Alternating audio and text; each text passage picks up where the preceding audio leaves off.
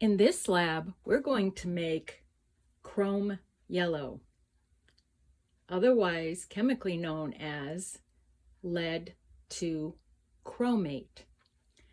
This is a pigment that was used by Van Gogh in his famous paintings of the sunflowers.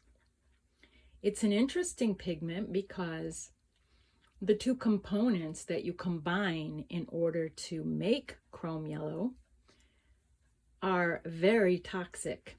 So I'll be wearing gloves. So for the first step, we are going to weigh out some lead nitrate. Lead nitrate. The formula for lead nitrate is given to you in your laboratory worksheet. So I'm going to weigh out about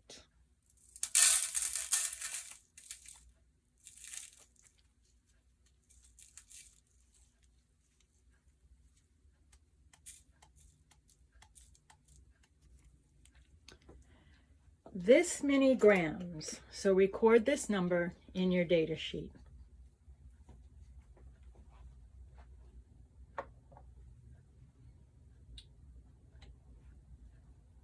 Next, I'm going to dissolve this lead nitrate in water.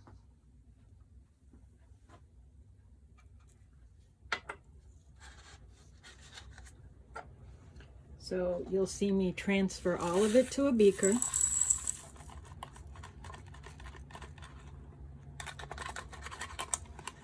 But did I transfer all of it? I tried, but maybe some got left behind. How can we know that? Well, let's put this back on the balance. Well, it looks like within the limits of my balance, I have transferred all of it. Okay.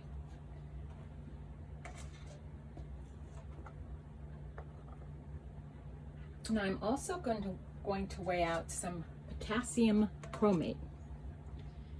So we'll start with a fresh plastic container here, and I will weigh out some potassium chromate.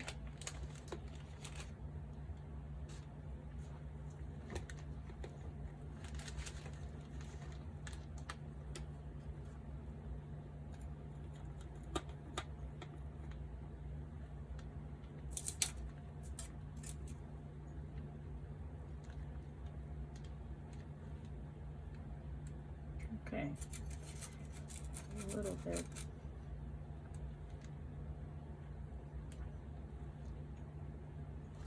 It's a little bit more than I wanted, so I'm going to remove a little bit. Remove a little bit more. And I'm going to remove a little bit more. Okay, that'll work. So record this number for the potassium chromate. And I'm going to also put that into a beaker.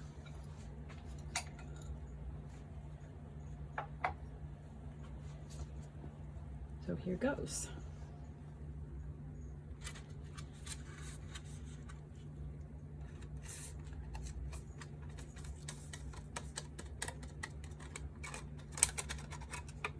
Put this back on here. And it looks like within the limits of my balance, I've transferred all of it to a beaker. Now we'll move on to the next step. All right, our next step is going to be to dissolve our lead nitrate and our potassium chromate in water. So I'll add some water. And then I'll swirl this around. Potassium salts are generally very soluble in water. So I'm expecting this to dissolve.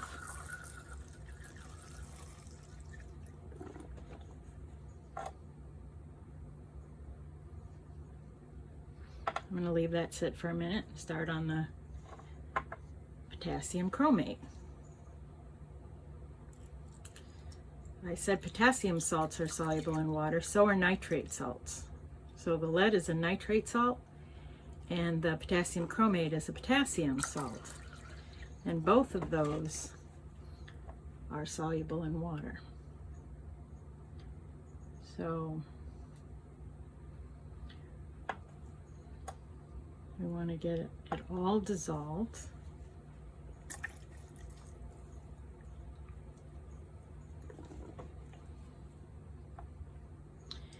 And to ensure that it is all dissolved, we can stir it. So I have here the glass rod, and I will use it to stir the lead nitrate. I'll break up some of those pieces there.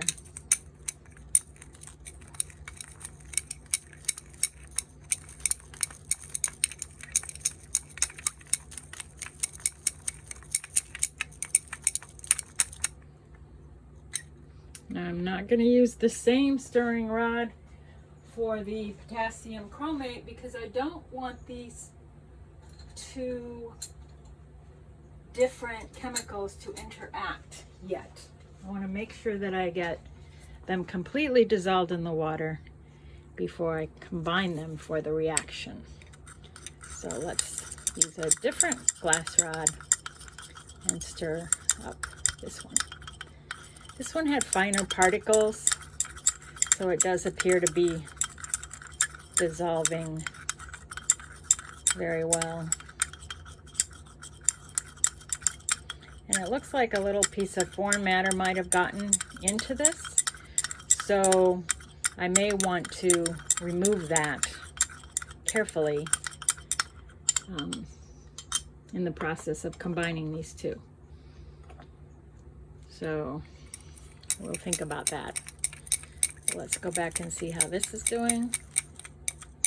Still quite a bit of it that hasn't dissolved.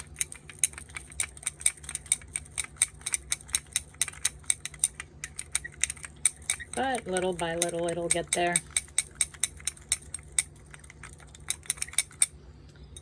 All right, I'm going to add a little more water to help it along.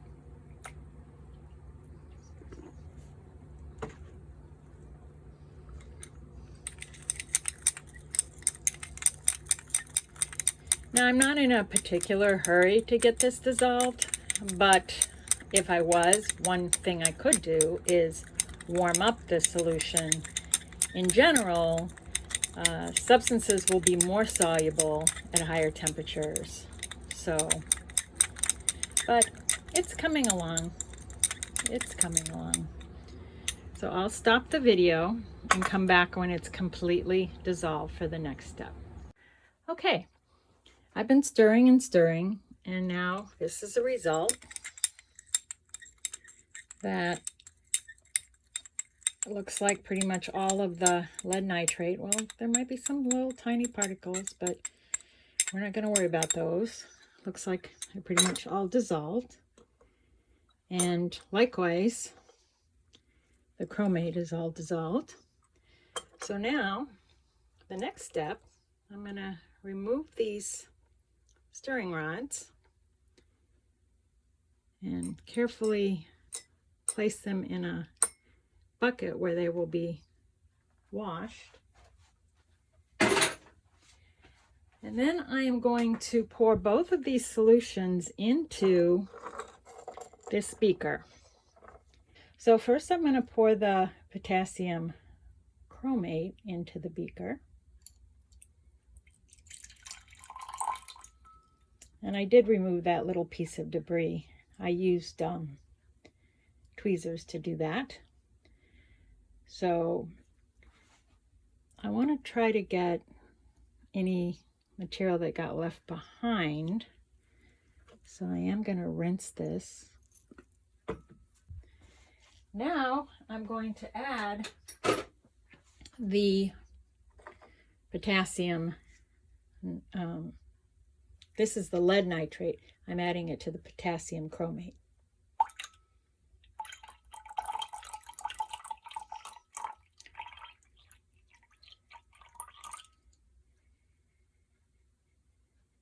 All right.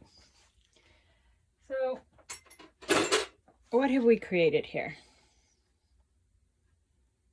Let's swirl this around. Take a look at it from all sides. Okay. What we've done is we've carried out what's known as a precipitation reaction. And the precipitate is lead chromate, which is also known in art circles as chrome yellow. So now we need to separate out this precipitate from all that water. So to do that, I have a vacuum filter flask. I will pour the material, swirl it a little bit, and pour it into this container. And I don't want to lose any of it. It's my product. So I'm hoping to get a good yield of my product. So in order to separate it, I'm not going to do it that way. I'm going to have to put this down. I just don't want to lose that drop. Plus, I don't want to contaminate everything, and it looks like I can't avoid it. So let's let that drip in there. And then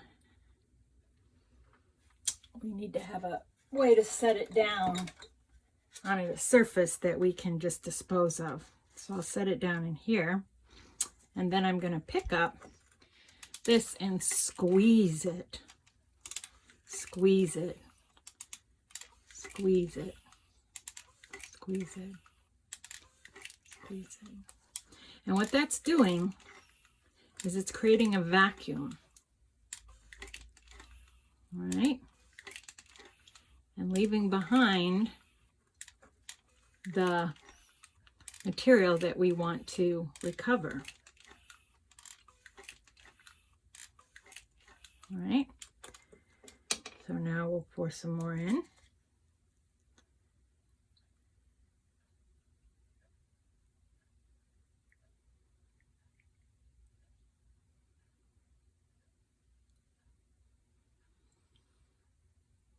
It's beautiful yellow, isn't it? Very beautiful.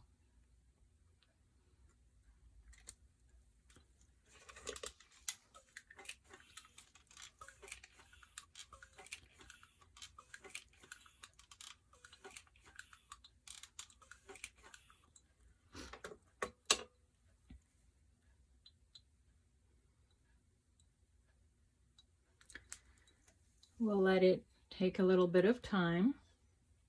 We've already evacuated the flask somewhat.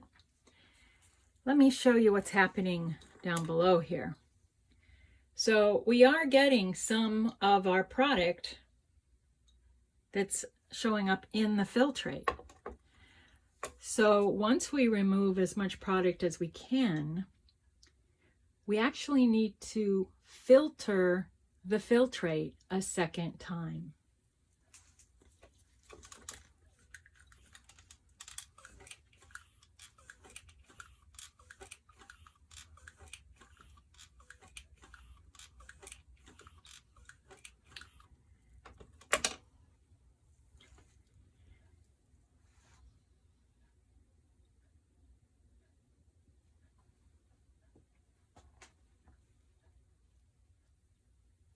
I'll move it like this so you can see all three components. We have material that hasn't been filtered here. We have material that's been filtered here, but we can see that some of our product is being lost down below.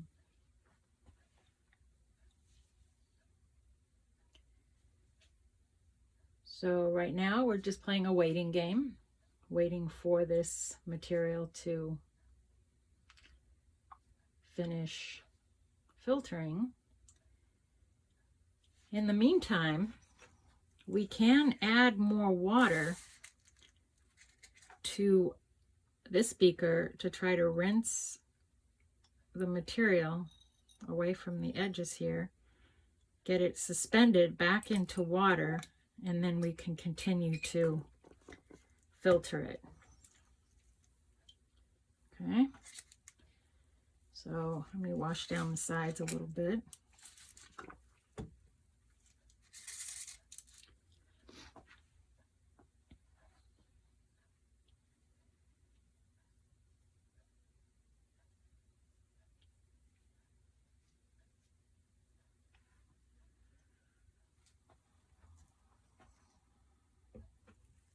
Give it a little bit more.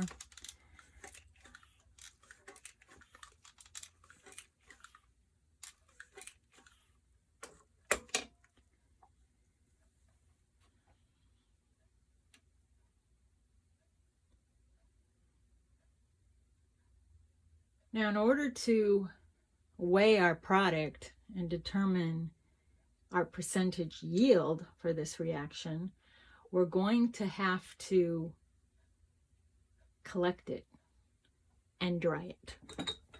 So I'm going to collect as much as I can into one of these kinds of containers,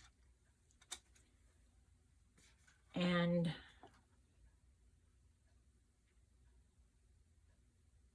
let's see if I can show you how that transfer is going to go. There is a vacuum that is holding this here. And what I'd like to do, because it is filtering rather slowly,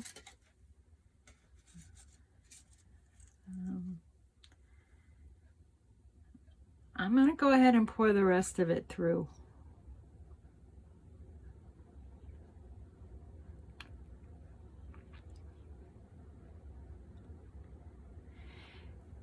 The more surfaces that encounter the product, the more product we lose.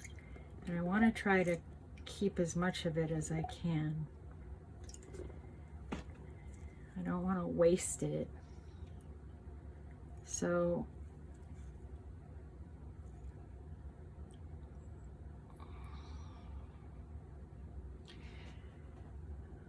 is that good enough, do you think? Or should we try to even improve that rate? Should we try to recover even that small amount that's still in the beaker? Well, there is a special tool for this. It's called a rubber policeman. And it acts just like a rubber spatula from cooking. So what you can do is use it to rub the sides and to push the material down the sides and collect it.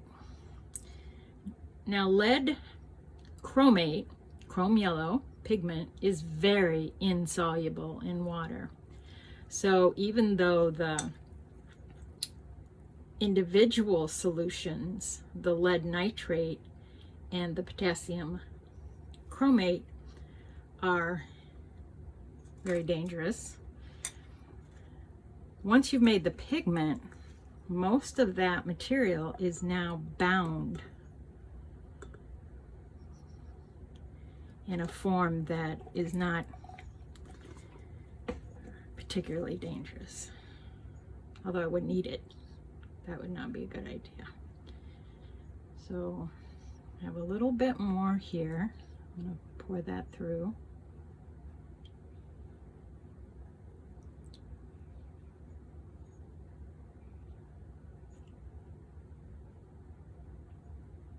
All right.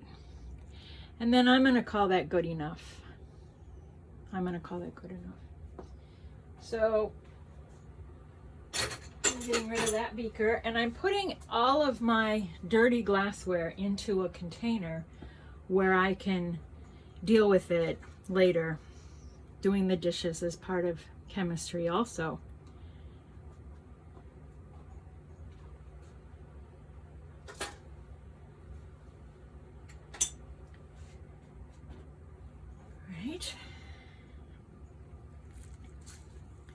Now, one question you might wonder about is I'm holding the outside of this flask and I'm holding this.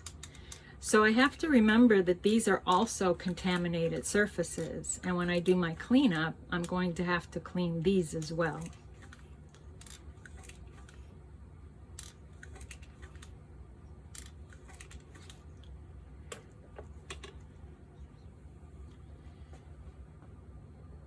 So I will be back after this material has finished filtering. So I want to collect this material in one of these boats, these weighing boats. So in order to do that, I don't want to tare it. I want to set the balance to 0, and then I want to weigh this boat. So write that number down, because as we collect the material in this boat, we will then subtract off this weight later after we dry the material and reweigh the combination of this boat and the pigment. We will be able to subtract off this number, and we won't have to worry about our balance drifting and this number changing. We'll just have it. So write down, take a reading right now. So now I have the problem of trying to transfer the material to this boat.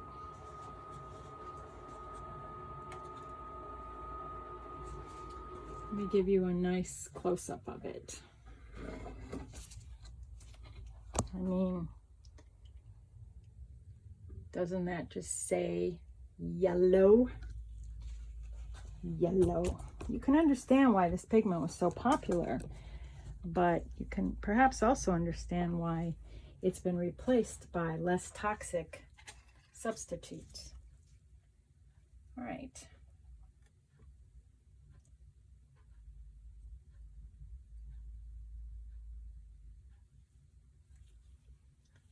So I'm using the spatula, and I'm kind of gently removing this material from the top of the filter.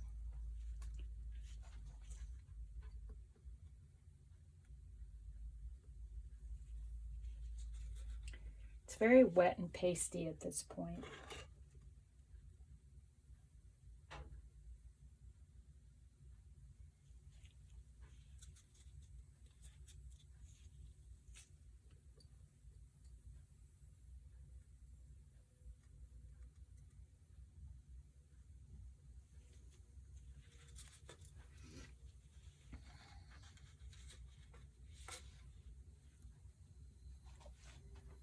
Grab another spatula here.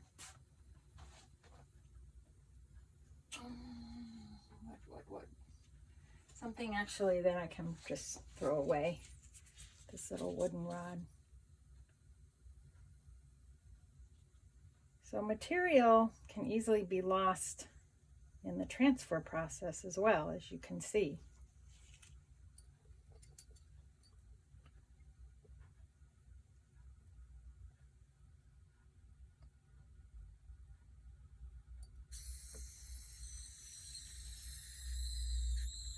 That hissing sound you hear is the vacuum seal having been broken a little bit by me scraping up some of this material. And that's good because I want to run some water through here and rinse off some of this material and even filter again what's left in the flask. I want to filter that again. So I needed to get some of this material out of there. Okay.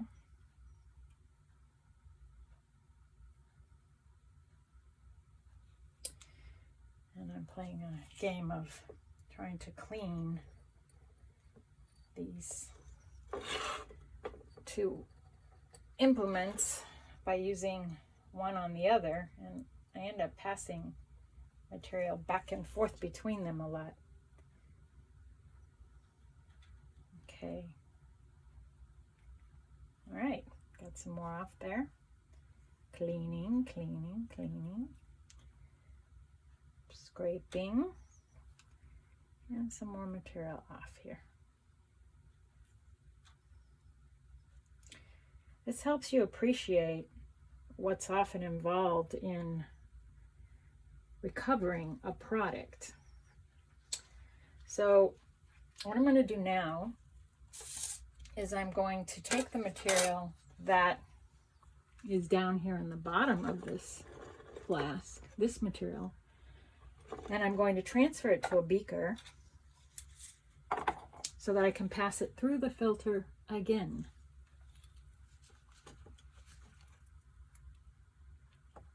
So I have to remove this.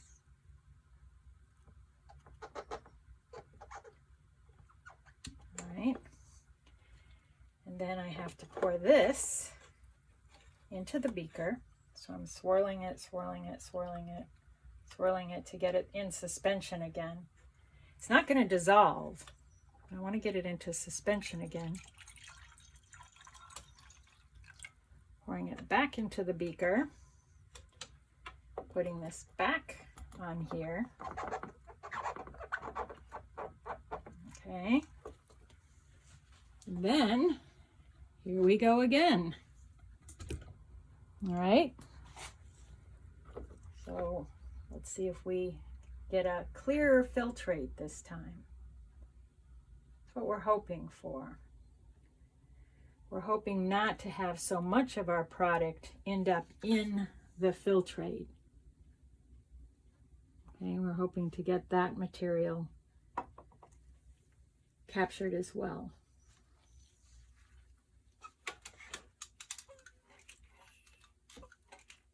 So let's apply a little vacuum to the filtration.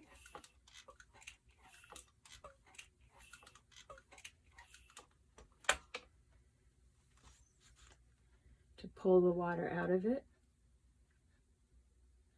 Here's what our product looks like so far. Okay, it's pasty, it's wet. This is not the final form.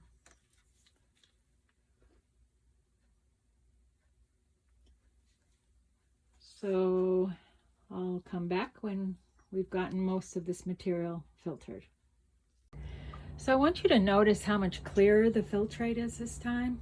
So filtering twice allowed us to obtain a much better yield than we would have if we had just let all that material go.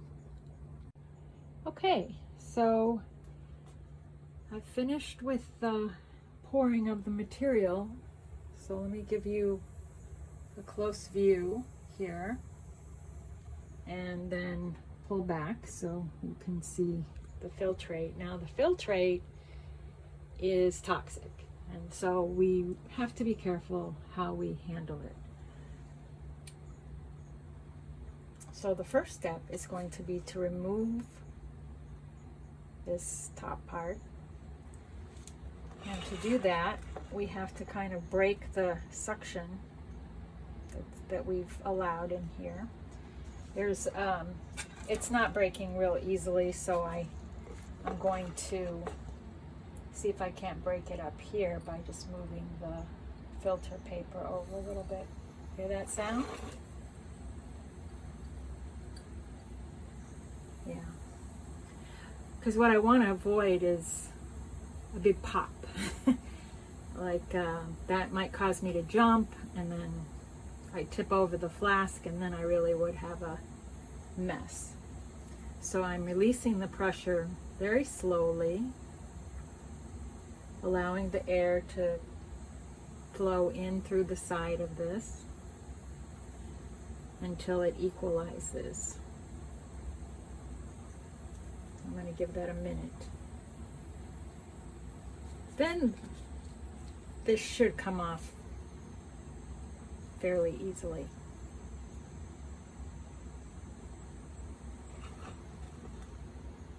So I'm easing the rubber stopper out.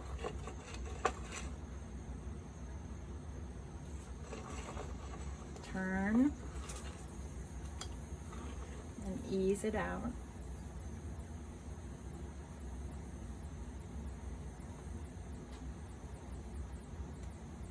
Slowly, slowly. Patience is a big part of being a chemist.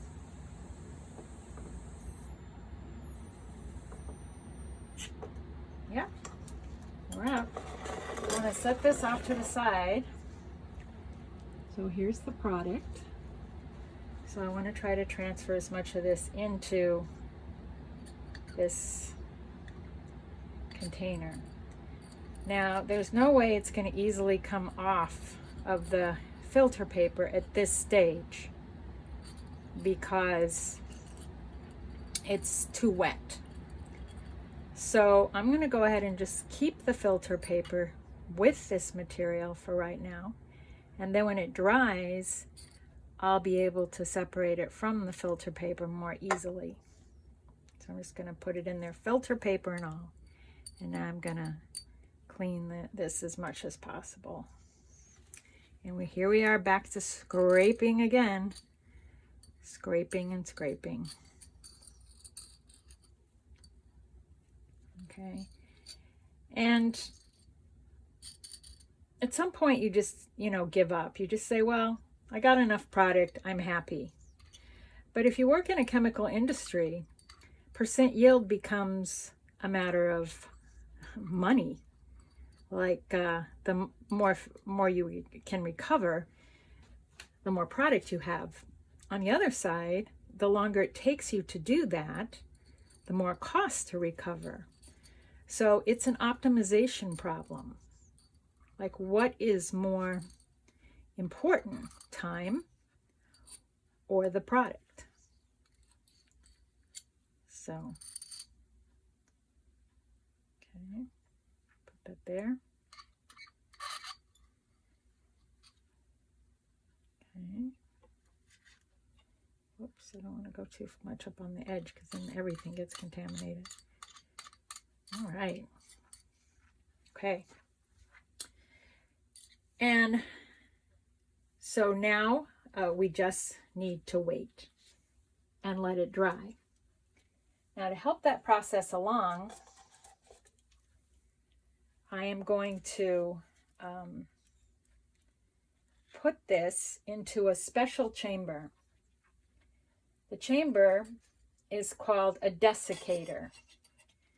And the purpose of a desiccator is to absorb water. So I have one here. And what's inside of it is calcium chloride, the very same calcium chloride we've talked about before. So it creates an environment with zero humidity. Any excess water is absorbed by the calcium chloride crystals, okay? So I can place this container down in here and close it up and leave it for a few days. Once it's completely dry, then we'll be ready to try to remove that piece of paper from our pigment and to weigh it to see what our percent yield is going to turn out to be.